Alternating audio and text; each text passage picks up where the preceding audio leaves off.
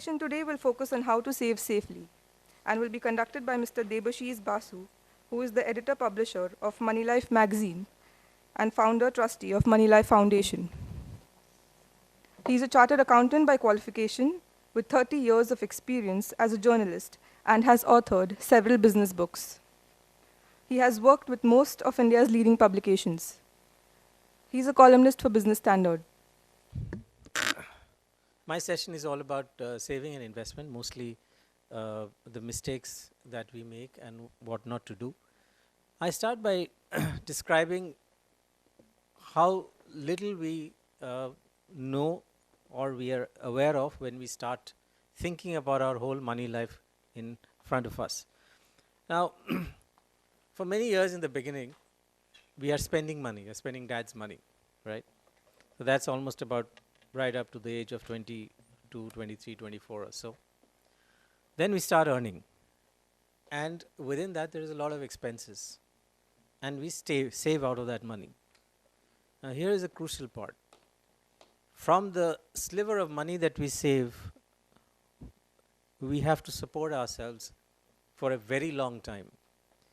This is very important for us to understand because healthcare is getting better. People are living longer. It's very common to go to a social function to see 80, 85-year-old people perfectly fit, which is wonderful, but that is the time where income is gone and expenses rise. This is a very simple pictorial description. If you are not alert to this, that a whole 25 years of money has to be made out of the earning period in the middle, we have a problem, and not many people are aware of this. So what is the story of almost everybody, except those who are a little mathematically inclined, do these numbers, and wake up early enough and start doing the right thing? First of all, the money comes in salary or income or any other manner into the bank. And out of the bank, then we start making all these expenses. A huge chunk of money, unfortunately for urban people, go away in EMIs because real estate rates are exorbitant. And we've done a study about, in Economic Times, ET Wealth, every issue has a profile of a family. So husband, wife, and a little kid, and how much they have. So I was going through this over a period of time, and I suddenly realized that there is a certain pattern. So I asked one of my colleagues to put together 16 successive examples, chosen virtually at random, and put them in an Excel sheet and give me an average of saving. And I noticed that over the 16 examples, spread wide across, somebody in Hyderabad, somebody in Shimla, somebody in Pune, and so on, 87% of monthly surplus is going into EMI. And this is a killer for two reasons. One is that it is creating an asset. That asset will grow over a period of time, but that asset has got one huge drawback. It is completely illiquid. There's nothing you can do with a flat except look at it on paper and say this is the value. That value has no meaning in real life because it's not cash. If at all we do save, and I realize that a lot of aware people who they're self-selected bunch, they're not chosen at random, they're attached to us, so they'll learn from us, and I noticed that a lot of them are saving a lot of money. But since this money is coming into a bank account, essentially it is in savings account. And sometimes the money is lying there, and either it's desire to save money based on an insurance call that you receive, or colleague suggests something, or because the market is going up, we make an investment. We buy an insurance, we buy a stock or an equity mutual fund, start a SIP, and so on. Usually this is at the wrong time or at the wrong product because of a lot of reasons, which I'll explain a little later, usually neurobiological. None of us, there's no shame in this, and even I have learned all of this fairly recently. It's not that I was born with all of this knowledge. Most of us are not built to understand the pros and cons of a financial product and what to do with it. If at all we don't make any of these mistakes, the money goes to bank FDs, which is the simplest, easiest to understand, and therefore the most popular financial product in India. If you do any of this, you're going to end up, as I said in the first slide, at 60, you're going to end up with very little money. In India, because of this flow and because of this is what we do, our biggest investments are in these 4 products. Either it's bank FD, insurance, gold, or real estate. And all of these are absolutely the wrong products to invest in. Bank FD is going to give you a low return. The returns are getting lower and lower every day. And I don't see how it will go up unless we move to a highly inflationary situation, which doesn't look like going to happen soon. And in fact, if the situation is highly inflationary, while your bank FD rates are going to move up slowly, your actual real life expenses are going to go up much faster. So that's not a desirable situation either. Although we look back and want a 9% interest rate, it's not a good thing. Insurance, extraordinarily low return. Things have improved a little bit after a lot of people were cheated, and there's a lot of cries all over. The IRDA has moved slowly over the years, first in 2010 and then recently to make these products a little slightly better. The returns are still very low. Gold, low return, as low as the bank FD, and I'll explain that later. Real estate is the best of all of these 4. The returns would be slightly higher than your bank FD and certainly more than gold and insurance. But as I said, there's nothing you can do with that. None of these options in any case would help you beat inflation. There are 2 things that you need to understand about saving money. One is compounding and one is inflation. Inflation is a silent killer, and we do not realize that until it's much later. It's good to sort of do these numbers well in advance. If somebody says, I'll give you 1 crore 40 years later, it might sound a lot of money.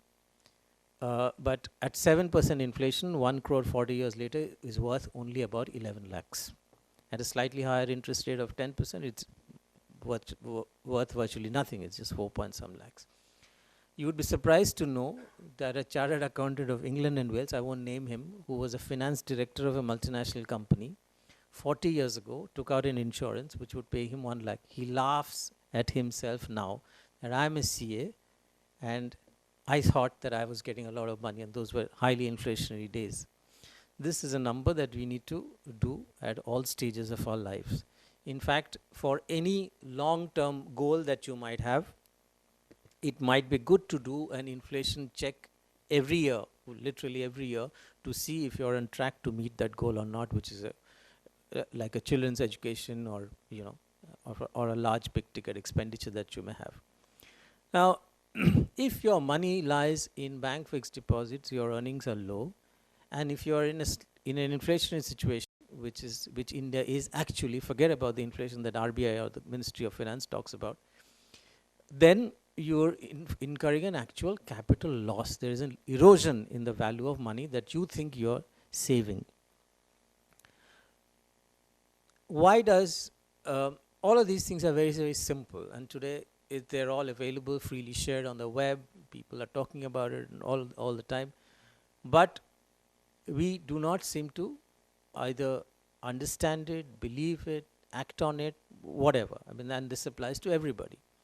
One of the first things is that we live in a physical world. We live in a world where we can see things, touch, feel, test, and so on and so forth. And I'll explain this a little later. Where the financial world does not seem to be concrete, tangible, and testable, and there is no instant gratification. This is a big difference, and the difference between this is an advantage for those who want to sell you something, which is the marketplace.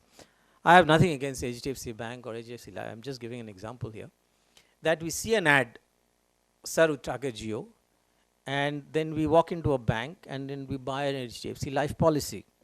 This is the cycle that is being played out every day across the marketplace. You would be surprised to know that the largest amount of sales of ICICI Prudential Mutual Fund happens through ICICI Bank. The largest amount of sales of HDFC Mutual Fund happens through HDFC Bank.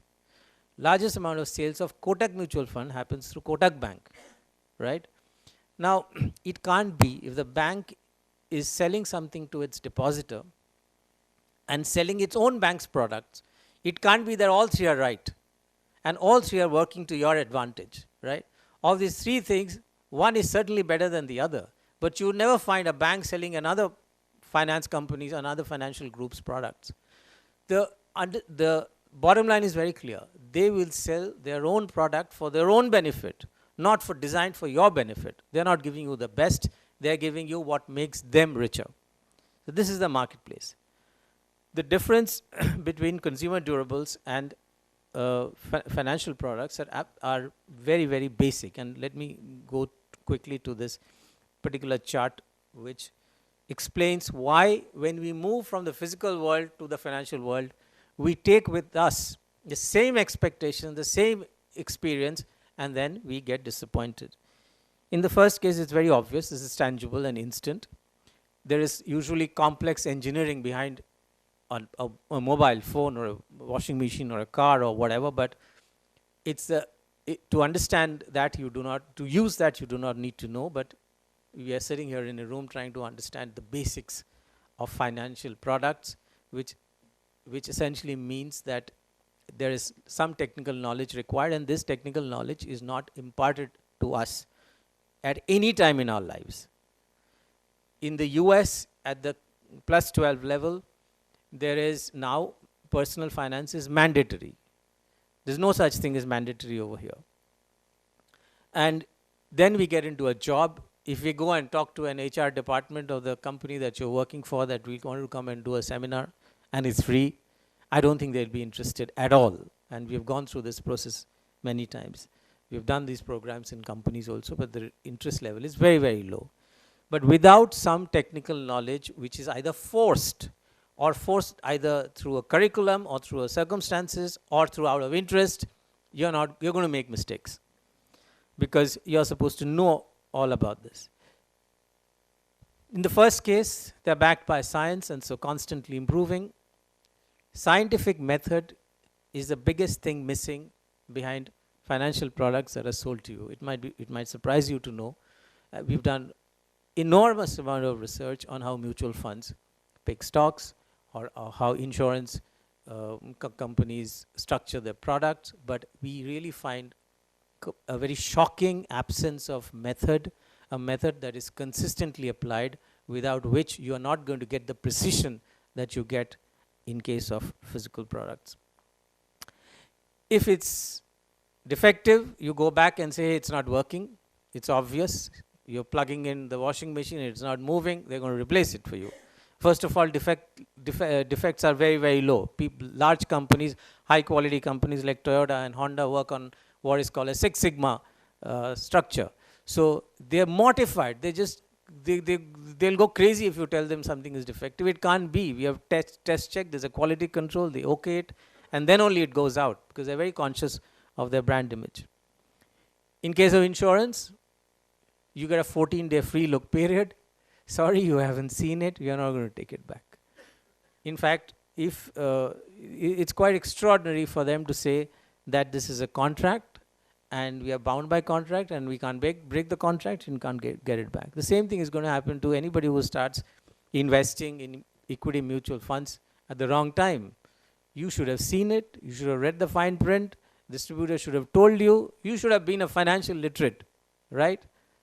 To figure out that this is not a product for you at not the right time. So there's no replacement. Okay? Competition works in this case. Everybody is trying. The whole history of our civilization is better and better products at lower and lower prices. This is how we have grown. I'm sorry I can't say the same thing about the financial products. About 100 years of modern financial products doesn't show better products to improve our lives, making it simpler at lower and lower costs. It doesn't work that way because competition doesn't work.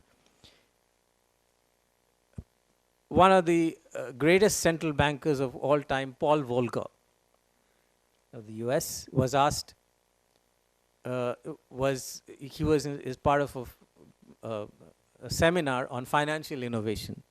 He was a very blunt speaking man. He got up and said, there's only one financial innovation I can think of in the last 50 years, which is an automated teller machines.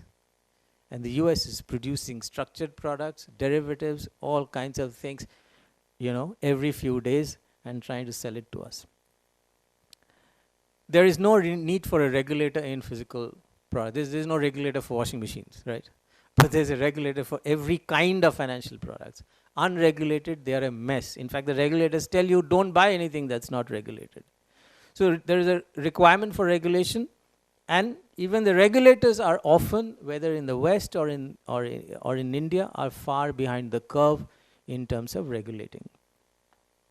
If you don't know the difference, these kind of things happen to us all the time, and we are a magnet today for all these kind of complaints. People have a complaint, they go to the web, they find our website, and they write an email to us saying that we bought this product, now I'm stuck, my portfolio has been churned. This is quite an extraordinary case where the bank said that you should, you should take a home loan and get into a leveraged situation, which is like trade in futures and options, churn your portfolio. So all of these things were happening because she had a very large sum of money sitting on her bank account, and bank portfolio managers and so-called wealth advisors came and told her this, and this was HSBC.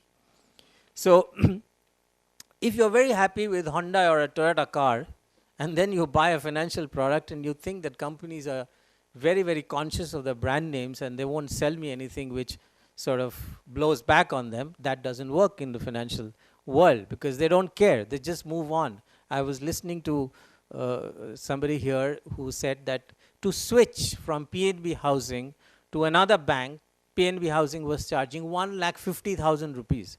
I mean, they are completely shameless. This kind of thing will never happen in case of physical products. It just doesn't, it's not possible for any of these companies in the physical world to survive if they follow these kind of unethical and malpractices. Trusting an intermediary doesn't work because by the time, and Sucheta would have shown you a video, he's gone on to a different bank.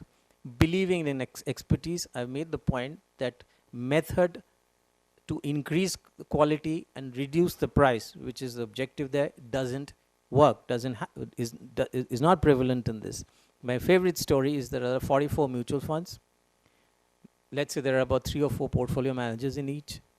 This is about 160 people in a country of 1 billion people. Most of them are IIM IITs. Look at the performance of the mutual funds. 5-10 of them are okay. Rest of them are at the bottom. They can't even beat the benchmark. This happens year after year after year. And these are the cream. People want to become a portfolio manager, don't get a chance to become a portfolio manager. They become research analysts somewhere, and their dream is to manage money. And these are the cream from the financial world, and this is their performance. So this is a story, as I said, of everybody. This affects all of us if we don't understand, whether you're a doctor or an engineer or a professor or even chartered accountants, as my example showed. Now, it is surprising how little even qualified professionals know about finance. We got an email from somebody who was passed out from IIM Ahmedabad and an IAS officer, right? Very senior officer of Madhya Pradesh cadre.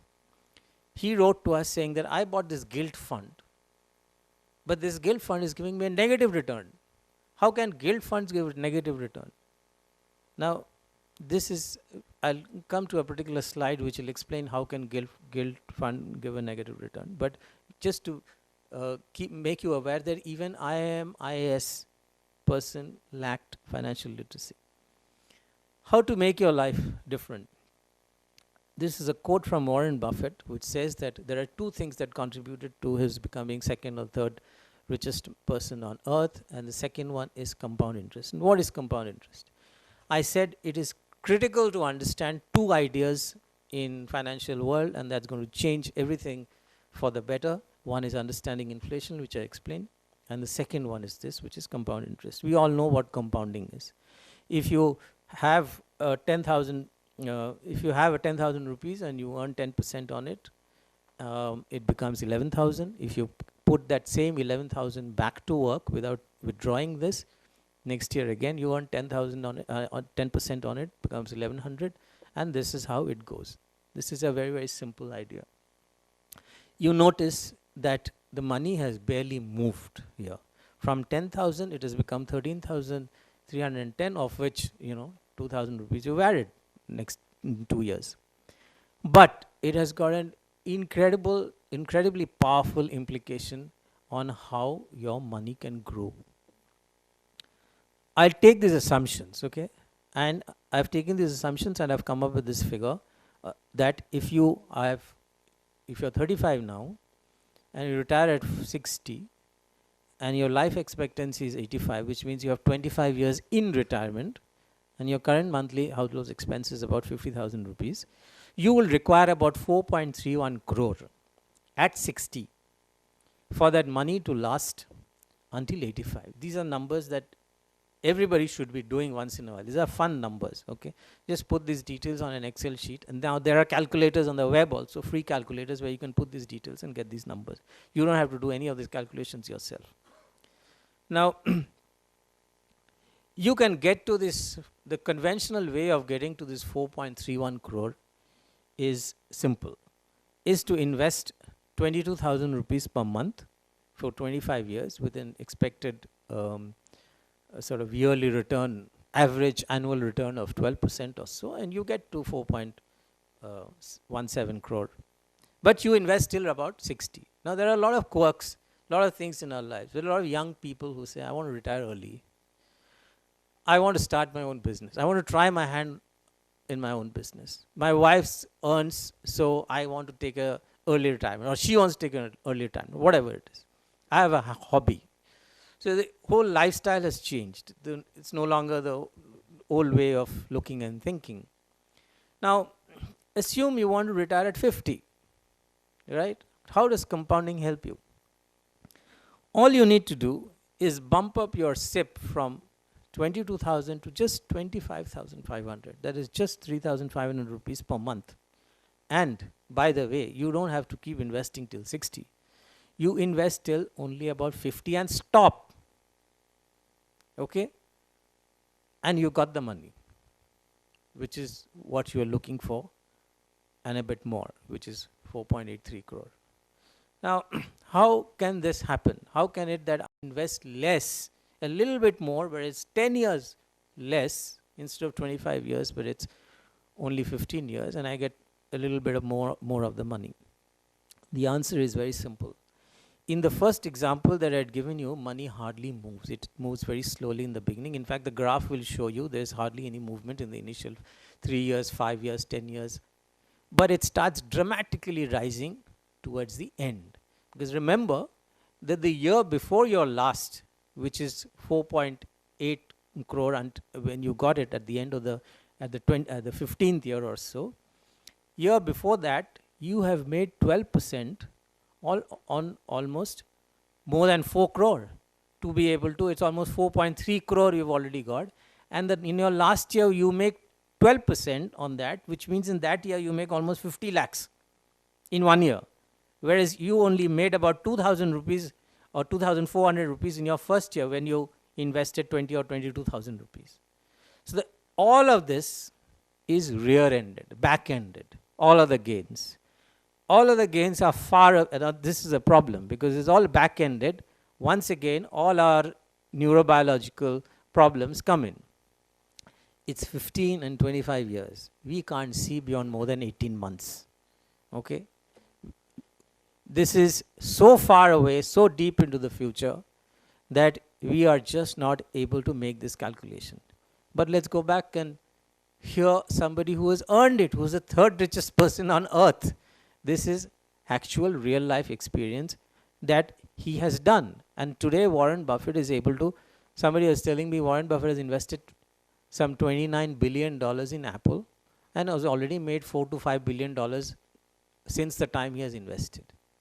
So the compounding works like today he is in a position to invest all of that money because he's been investing for 50 years consistently. He's making not 12%, making 21% a year on an average, right?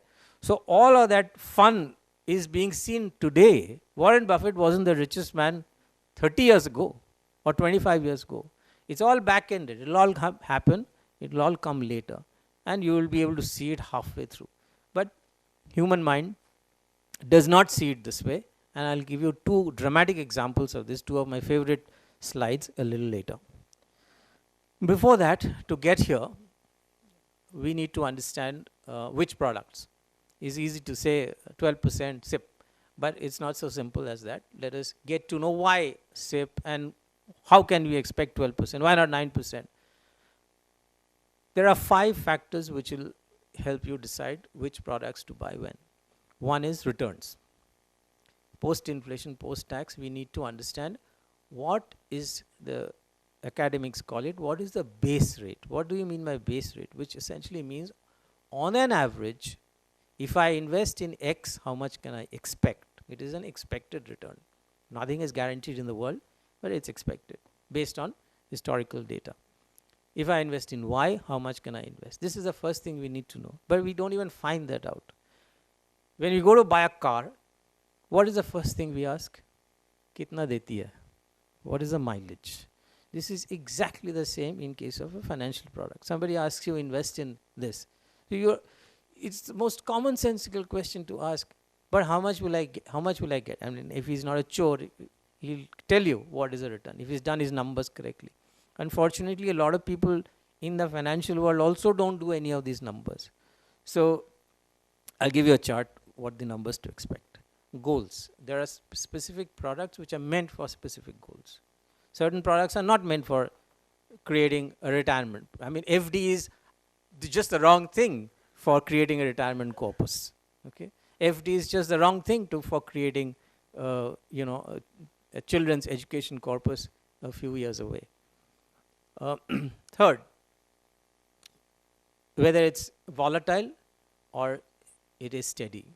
Now, products that look volatile in the short term may look steady in the long term. If I have the time, I'll explain through a chart. Second, the time frame itself. Is the investment meant for the short term or for the long term? A lot of people do not even have a concept of what is a long term and what is a short term. And again, they are not to be blamed. They are not told. Nothing is explained to them. Even the financial companies don't explain. Tax status is very, very, very important, especially if you're in the higher tax bracket, to judge everything on a post-tax basis. Because it's ridiculous to earn 100 rupees and give away 30 rupees to the government when you can save that 30 rupees saved is 30% return, by the way. It's as simple as that. And we are fighting for another percentage, another quarter percentage from bank FD. Now, I'll follow this 5 points across in my next few slides. Returns. Equity mutual funds over 20 years on an average can give you 20%. This has been the history, and I don't think this is going to be lower than this. I'm not getting into which fund and how much and so on. That's much more detailed analysis.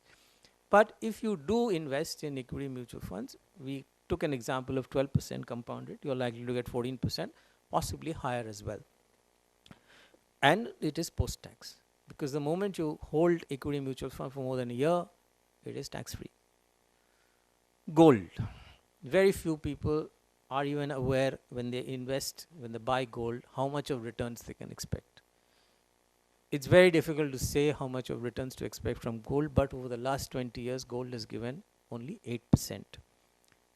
And remember, this 20 years encompasses one of the most fantastic bull markets in gold, which started in 2001 September and has ended in 2013. So this 20 years includes 12 years of a remarkable run. If you had taken any other period, it would not even be 8%, it would be less than that. I'm not even getting into how much money you lose when you try to sell the, and therefore what is your effective return. But remember, this is a pre-tax return. This is a return only on price. After you sell, the tax man is waiting to collect 20% from you over the long term. There is a bit of indexation benefit available, but so which will probably reduce, but it's still taxable and will go down to 7% or 6%. Gold is one of our most favorite investment products. ULIPs would fetch about 6 to 8% post-tax. I'm being generous here. These are all new ULIPs. If you're stuck with old ULIPs, it will be 4% or even less, depending on which company's ULIPs you bought. Bank FD 7.5%, 7.75%, and it is pre-tax. Only a small amount of is available for as tax deduction. Most of it is taxable. So if you're at a 30% tax bracket, you get about 5% in hand. Traditional insurance plans fetch 4 to 6%. Once again, I'm being generous here. We wrote a cover story once on an HDFC Life insurance product, old one. The entire cover story was on a single product because it was an extraordinary product which gave you only 2% return. This is from an old HDFC traditional product. Real estate, even I don't know. Why don't I know? Although I've done so much of hard work in trying to find out what is the base rate, because real estate cannot be compared on a like-to-like basis. To do any kind of return calculation, you need the same data points on a similar product over a long period of time.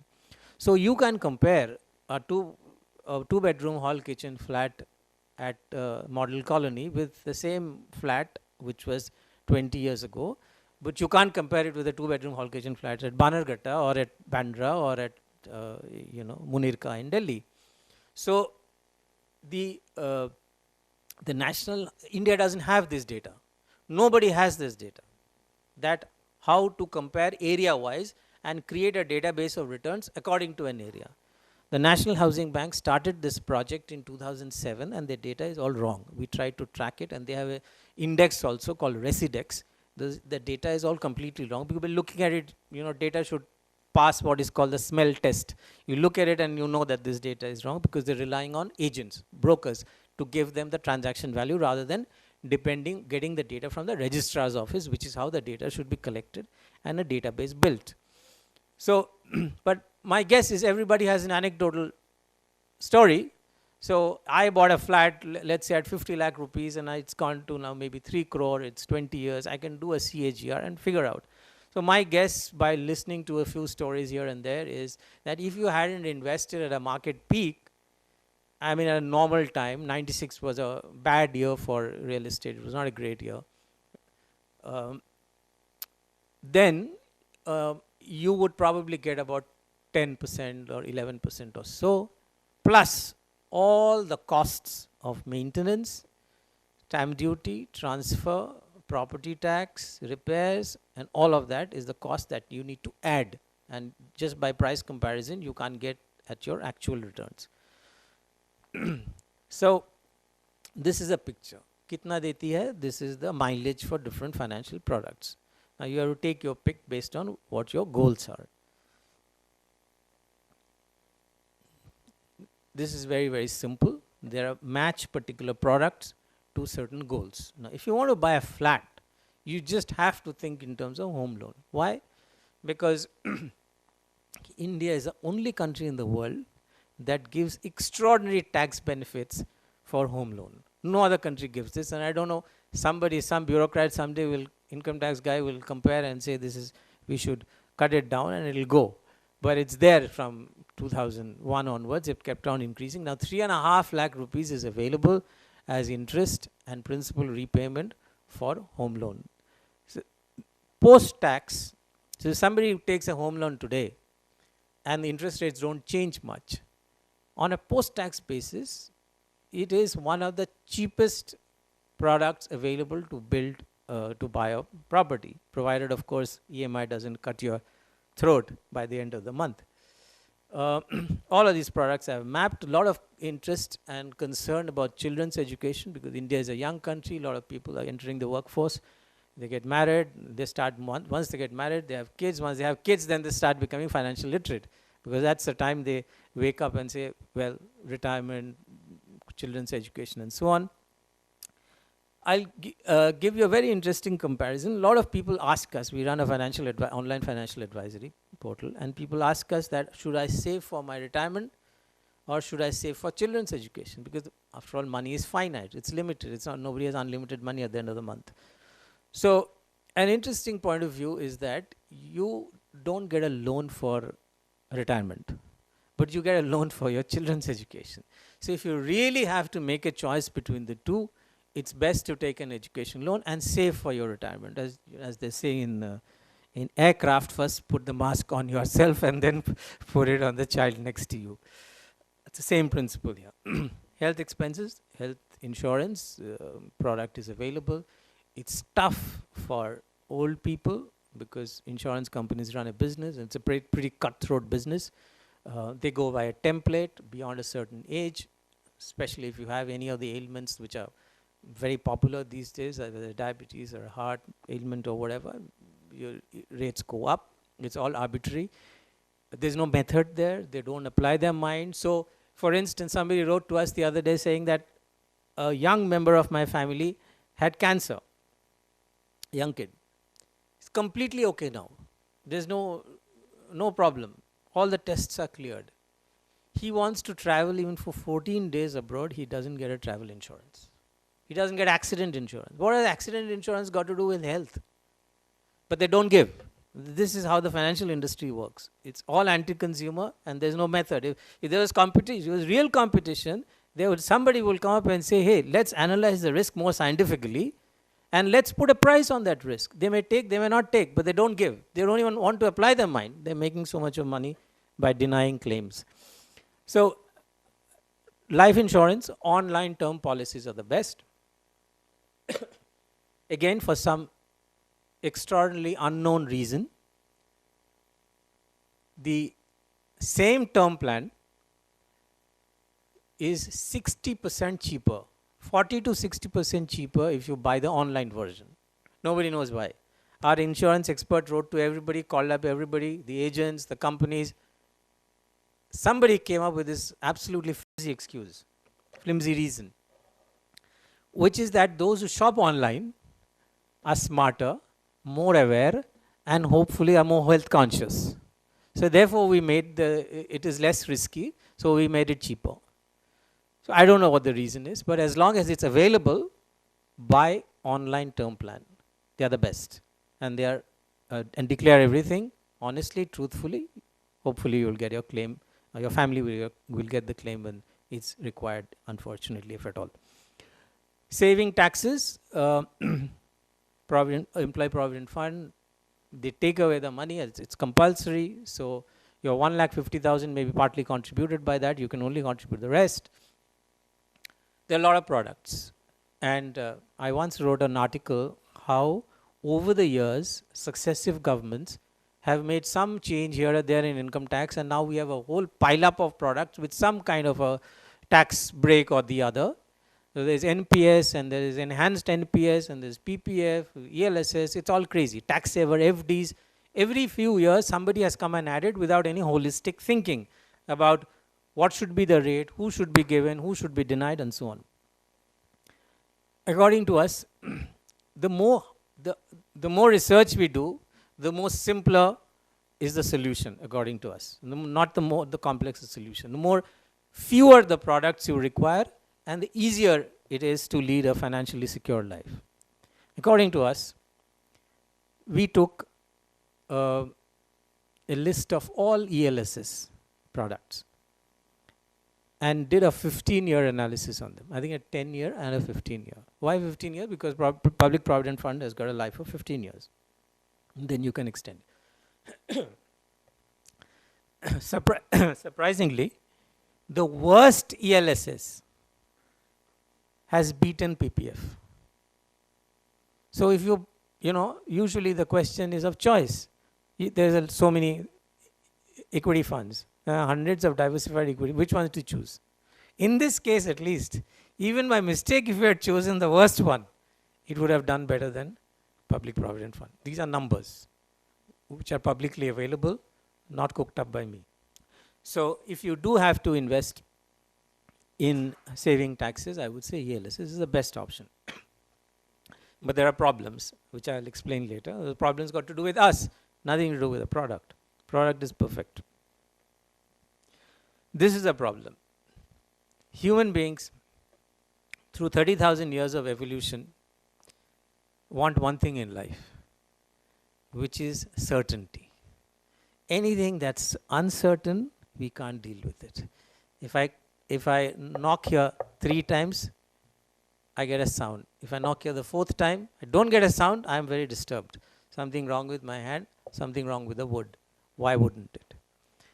Thinking in linear terms, expecting the same outcome each time is something that makes our life simpler, calm, and so on. Unfortunately, a product that creates the maximum amount of wealth has exactly the opposite characteristic, which is equity and equity mutual funds. So, in search of certainty, we invest in FDs, which is why some 20 lakh crore is lying with banks today in fixed deposits, banks and post offices. Why? Because the capital doesn't go down ever. It will never happen that you invest in an FD, you put 1 lakh rupees today, it will become 99,500 tomorrow. We love that. It is certain, it's fixed. Unfortunately, if you want to avoid any volatility with your capital, you have to settle for low returns. If there is one principle in finance which is absolutely unviolable, which is this, that low volatility means low returns, and to get high returns, you have to embrace high volatility. Just notice these two sentences, they are not similar. They are not opposite to each other. I have not written high volatility means high returns. Okay, I have written it in a different way. If you want higher returns, you have to embrace, you have to suffer higher volatility. This is absolutely an axiom. It's axiomatic in the financial world. It's unviolable. Stocks and equity mutual funds are the best for creating long-term wealth, but they are volatile and so extremely bad for the short term. One of the 5 points I mentioned earlier is match a product to your number of years that you want it to perform. So if it's a short-term horizon that you have, this is the last thing that you want. What is short-term and long-term? I'll explain a little later. Fortunately, volatility reduces over time. So you would know, look at a stock on a 1 minute basis. Look at it on a 5 minute basis. Look at it on a weekly, monthly, quarterly, annual basis. On an annual basis, a lot of stocks, there's just no volatility which you see in a short term, which means over time, the volatility reduces. Again, I'm not advocating just go out and buy stocks. I'm just giving a general principle out of which you should take advantage of. We have listed down all the products here that are publicly available, that are regulated. And our approach, I don't see others doing this, but our approach is to divide products in the way human beings understand and in the way which creates emotional difficulties for us, which is one, understand products which are market linked, which means they are traded in the market, any kind of market. There's a buying and selling going on in that product. If that happens, the product is volatile. Your capital will fluctuate a lot. What are these products? Equity shares, number one, the most volatile of the lot. Equity mutual funds, because they invest in shares, so they are volatile. NAV varies every month. Portfolio management services, where smart people or so-called smart people take money from you and invest in shares, that also will vary a lot. Hybrid mutual funds, which has an element of equity in it, which is let's say capital protection fund, or so-called monthly income fund, which invests 85% in debt and 15% in equity, that also will fluctuate because of the 15% element. Also the 85% element. Gold exchange fund listed, gold traded. So it will fluctuate, the capital is going to fluctuate. Unit linked insurance plan and NPS. You see that two products are black and the rest are gray. Our preference is for those two black products on top, which are simple, easy to understand, and effectively give us the highest possible returns. Second category of product, still they fluctuate as well, but not like the first. They are less risky because they fluctuate less. Corporate bonds, debt mutual funds, tax-free bonds, monthly income plan, capital protection fund, corporate fixed deposits, government bonds, and fixed maturity plans. Once again, the top three are required, the other are not required. the more study you do, the more you will strip away, the more garbage you will find, and the less is your number of choices. So our whole motto is that make it simple, make it fewer. We require corporate bonds because we may be looking for slightly higher rates. This is meant for people who are looking for a little higher yield. We require debt mutual funds because they are better than fixed deposits usually. And we require tax-free bonds because they are still excellent for those in the higher tax bracket. On a post-tax basis, they are far better than any other fixed income product. But they all fluctuate. Now, if you are not careful, some of these can inflict losses and significant losses. For instance, if you buy a long-term debt mutual fund now, debt mutual fund can be short-term and a long-term.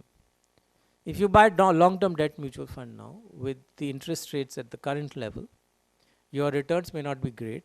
Whereas if for whatever reason, unfortunately, interest rates go up, the debt mutual fund will lose sharply in value. Short-term debt mutual fund will not lose sharply in value. So one has to be careful about this. Third product group where capital is safe.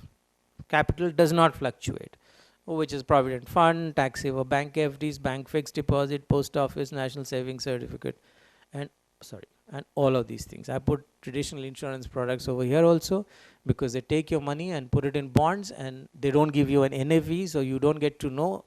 You get less money, but nobody has said that they get less than the capital they've invested. So you have to decide which products from which groups you need. This is the fourth or the fifth point, which is the time frame. Because most of these products are fluctuating in value, if it is a short-term time frame that you have, you do not want to take that risk of fluctuation. So any goal that you may have, you may want to buy a bike and you require the money 18 months later. You don't have much of a choice. Keep the money in an absolutely safe product, either a bank FD or a liquid fund or whatever, and that's it. And you cannot buy a stock and hope to buy, and you should be really lucky that 18 months later it should be higher, and there's no need to take that chance. Goal of 3 to 5 years, you can start taking a bit of risk, but that also depends on the market valuation. And it's only more than 5 years and above that you should be taking a risk to create long-term wealth. I said what is long-term and what is short-term. Our confusion is made worse by the government of India. Why? Because equity and shares and equity mutual funds are treated as long-term under income tax if you hold them for 1 year. Whereas debt mutual funds, for instance, are treated as long-term if you hold them for 3 years. It's the same government which is deciding on a long-term for this and a long-term for that. So all of this, external definitions are not useful. What is useful is the intrinsic characteristics of the product and whether it is worth taking the risk to hold for the short term or worth taking the risk to hold for the long term. That is defined by the product characteristics, which I have just explained. Next 2 slides are my 2 favorite slides and encompasses everything that I have talked about, which is volatility, which is higher returns, which is our own mistakes that we make, not for our fault, because as I said, biologically we are not hardwired to understand any of this. Now this is a chart of the NAV or the wealth created by an equity fund called HDFC Equity Fund. This is not even a fund that we recommend. It's not among the best. It's just an illustration. We have neither for or against it. This is a fund. If you had put 1 lakh rupees in January 1995, about 19 years later, it's gone up even more, but I've just taken an old chart. Even 19 years plus later, if you had put 10 lakhs, it would become 4.4 crore or 44 times growth in 19 years. If you see, this is the overall direction that a certain product can create long-term wealth. So for retirement, it would have been a great product. Would it be a great product for the short term? No. it would be a horrible product for the short term under various circumstances. Look at the initial few years. It went down actually. Over a 4-year period, I said 5 years at least, right? Fortunately here it's less than 5 years. It was down. Then it suddenly started moving up. So it is not a short-term product. Number 2, look at the volatility. There are times the fund fell very, very, very sharply, and you wonder whether you've done the right thing or not. So it is volatile. Number 3, it would create a lot of money over the long term. Now, with this picture, and assuming that you know all this in advance, in the next 20 years, would you be able to buy a product like this, hold through a 50% decline, and come out 44 times winner? Unlikely. Look at what people have actually done with this. This is a number of people who have stayed invested in the fund and over a certain number of years. If you look at this, hardly less than 35% people have held this fund for 3 years. Only 3 years. 5 years, much less. I'll just read out to you. Over 5 years, it's less than 15%. Over 10 years, it is about 3%. And I'm giving a chart for 20 years. Maybe over 20 years, nobody has held this fund. So it's all on paper. The fund has done what it was supposed to do. But I have not been able to take advantage because I didn't understand the characteristic of this product. I didn't understand myself. I didn't have the knowledge to go through this and come out a winner. So it's not about the product alone. It's all about finally us and how we prepare ourselves to buy this. 5th point, tax status. As I said, if you are in the higher tax bracket, invest more in tax-free bonds and equity because these are the products that help you save a lot on tax. 30% saved is 30% gained. My last slide. We need to know one last thing, how much to invest in what. And this is my rough idea. Of course, it will change from person to person. But very often, somebody says that, oh, I have bought a stock of Eicher Motors. And the stock has gone up some 100 times in 5 years or so. The question to ask him is, how many shares do you have? If you have 5 shares, if you have 10 shares, it has no meaning. That 100 times is on paper. So the last and the most important thing is to divide it, what is called asset allocation, is how much, because that how much into the rate is finally going to determine the total amount, not just the rate alone. You got a 12% return, somebody's got a 25% return from a fund, but if he has put only 10% of his savings in it, it won't make a material difference to his 100% capital because 90% is in FD. So this is very important to understand, that put adequate amount of money on it. It changes with age, but too much of complexity is not required. Moment you're looking at more than 5 to 7 year horizon, it's okay to invest a little bit money on equity mutual funds, much more than what normally age-related thing dictates you. Because, for instance, let me give you an example. Somebody asks me, I'm 65 and I have 20 lakhs in the bank, and where should I invest? Conventional financial planning will say, oh, 65, you shouldn't be taking risk and put the money in a safe product. There are 2 ways to look at it. He may live another 20 years, right? 1. Number 2, the question to ask him is, what happens to this money when you're not there? That is a thought he has to have, right? To whoever he is giving it to, the life of that money is extended by that much time. If he gives it to his grandson, then the life of the money is not 20 years. It is 75 years, maybe. So it's nothing to do with age. It has got to do with your particular situation, circumstances, and whether the money is meant for more than 5 years, 7 years or not. To summarize, save at least 25% of your income if you can. If the builder doesn't take away that much money, or the banker doesn't take that much money from you. The more you save, the earlier you save, the more you invest, the more secure your life is.